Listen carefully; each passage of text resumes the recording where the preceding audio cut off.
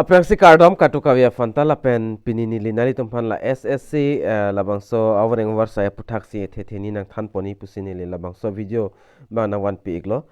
lapen katukawi stamina li tum stami kicheng pen kijudan video kilaiye fansi nili hen pen chuni ri iglo lapen element ke katukawi ta chini ta hypon element la kia vinasteron lapen non nali tum kilang bom labang ke karbiti 2.0 YouTube channel labangso channel lang jong si madu abang pu abang pile nang kahomri mido pul nali tum pochingon pen subscribe igon lapen adung het belar janta doi da kanali tum berik den non la pul de munon penili azada sonle labangso YouTube channel lang upload stamina li tum kilang long da prang mate ka chin da prang ya fan tangte pada de pen pini labangso wareng AWARSAI APHUTHAK le lang pono nang lapen thiek pen chethan pono nang lapen diek thaka to kawe fanta nili non malam WhatsApp long stame nali to SMS na reply do nong le lapen comments stame nili YouTube long stame nali to na reply dun nong le athema nili non malam asap so oktereng no sila pen kaprega side du chera jokse nili an YouTube lapen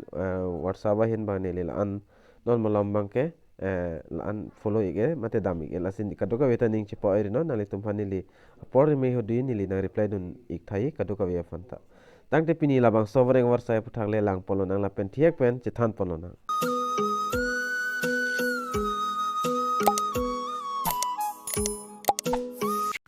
la penali tumphani li dak puthot nang than pon thuik pol labang so wareng AWARSAI APHUTHAK SSC Constable Recruitment 2022 labang kaduka we ta chini puta hello la pen penang ana bang phu abang phi teme jogdun iglo stame ni liputhot nali tum phanang than thunang kok bangke nali tum ingnut bahini bange tingni pijai pijui tum ta dutta haipo amasi nasi puthot ni li paklang ponthol la pen name of post ba nali tum sorry la name of post bang Constable General Duty dak total nali tum number of post bang thek ponlang po 45,284 ana $4 pendak male tumhan 45,274 dollar la pen female tumhan 4,835 dollar pen NCB tumhan 175 an dak post la si pay scale dak 21,700 pen 69,100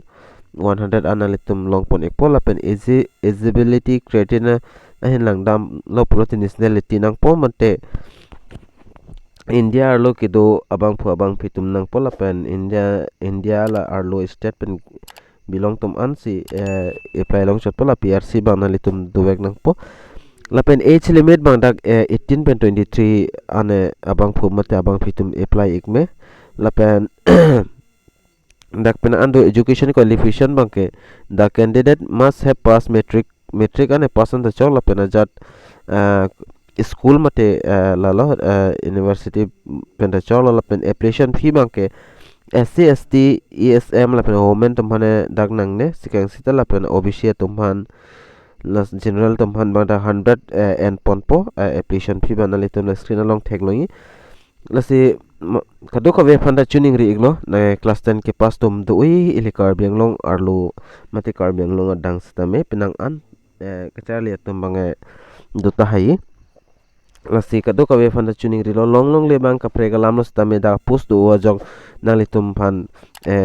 ki jog dunia fansi ni lihin pen stame tuning ri iglo la pen general obisi tum bang nali tum payment bang ken nali tum bhim UPI la pen net banking la pen Google Pay phone pay la hai pen stame nali tum payment pinang po la pen dak selection process SSC Constable GD vacancy long bang selection process bang da computer basis exam CBE do pola pen physical FNC test mate ped labang so exam da en pon pola pen physical standard test mate PST labang so ta da exam en pon pola pen medical examination DME RME la pen kijutsi bang ke dak documents verification pola selo selection process bang ke la pen SSC examination center in Assam and under Northeast state ban la tum dak pen lang pon longpo Itanagar long 5,100 Dibrugarh long 5,102 labang Guwahati long dui Guwahati long stami Dispur long la pen Jorhat Silchar lason thak sidak Churantapur la pen Impal Ukral Shillong Aizawl Dimapur Kohima Agartala la hai hui long si labang so exam bangke en pon la pen ke apply nei process bangke ke apply tang to mang chini po koson si ke apply ning ma aprang sinang litum labangso SSC requirement labangso website long dam nang po hoda na litum registration paprang nang po registration paprang dette nang litum apply fan option long po apply online form po de nang litum login det pen apply long po apply ke apply ni hoda litum personal details apen education kachar liang deng lahai hui na litum dak kenang sosot an mandatory kenang an ba na litum fill up pon nang po la pen documents upload nang po photo la pen signature nang litum mesen kardak pen upload nang po la pen submit nang por jong se fill up thela pulote submit nang po submit dat pen aphin na litum labang so acknowledgement a number ba na litum acknowledgement alo labang kel na litum phan nang pi po hodak la pen na litum stame print out mate download ik mail la pen pothor adet lang nam nang da ke cheng bang ke dam ta cheklo 27 october pen sidak cheng polo la pen non ki jut silas bang so cheklo 30 november 2022 an sidak ki jut sila la pen sidol of computer basis exam ba dak January 2023 muning January cheklo sidak computer exam bang en pon po sidak tok po se prabjen pen no nonta apor bang komre lo ninin thombak sidu chorlo apor na sinale tum kado kawe afan tuning ri iglo ke apply don ning hanga tum nale tum apply don igvegon lapen kilong le bang ka phegalam stamina le tum apply don si kemezi lapen dak important link nale tum website dak pen long pon ikpol lapen application form adim nile nona paklang pon ikpon nale tum phon nale tum labangso ssc.nic.in labangso website long wang ignang po mate labangso official portal long wang ignang po nale tum daga sapso dagi hong ikchen nang la loading bangke der chet son se dak tek pon long lo lapen la son update kilong weri fanali tum la bang so YouTube channel bange ke ching hon pen stami subscribe go lapen du hes stami bela jana li tum thek loi dastami na li tum ber pon igdenon la lo pun ajar son le ni li update long lapen ni li upload pul na li tum stami video kilang long da pra fan lo tang ni li da video sap so paching ton ikok po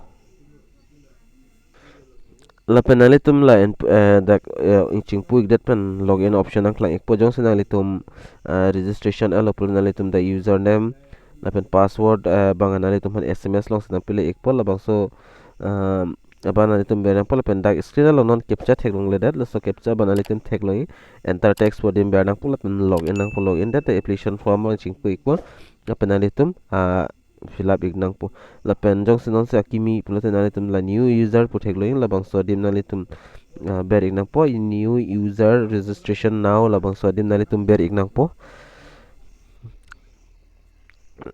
la pen daging hong ikchan nang asap so kaloding loading man da arjing ding chatitin non malam network lan meo geo network bangke lapen lason theklong panali tum la new registration adim si ber lo polte apna sina le tum dakpen basics details wang chi pinang pol lapen additional lapen contact details na le tum pinang pol lapen kijut siban declaration lo lason lo da aadhar number lapen verify aadhar type of id number lapen name verify name lason le tum dakpen fill up pon iknang po yok dakenang sosot dak fill up pon nang pol lapen save nang po save lo pol na le tum dak email lapen password na litum kibiya password hodak na litum login nang pola pen na litum apply ikmelo nasi pinia video bang la check pen stami na litum hanang pachin nang pusini li puthar la bang so video bang ni li smart to iglo la se ke apply play tum anta dulang pol na litum prabjen pen apply igon la pen ignod bang long don igvegi na litum try don igon la pen por igo tang te pinia video la mala anchalo la se tume thakme kadoka ve kar british 2.0 YouTube channel kilang ara don pas stami nil hen pen kardom